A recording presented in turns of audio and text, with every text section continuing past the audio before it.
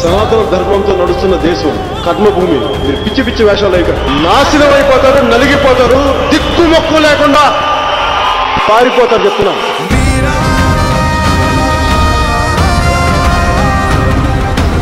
నా సనాతన ధర్మాన్ని నేను పాటిస్తున్నప్పుడు దాన్ని విమర్శించే హక్కు ఎవరికి లేదు. ఇది నేను సాటి హిందువులు కూడా నేను ప్రశ్నిస్తున్నాను.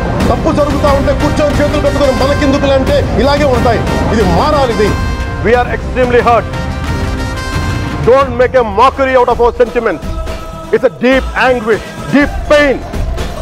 Don't you ever forget before you come and think 100 times and say, talk about Sanatana Dharma.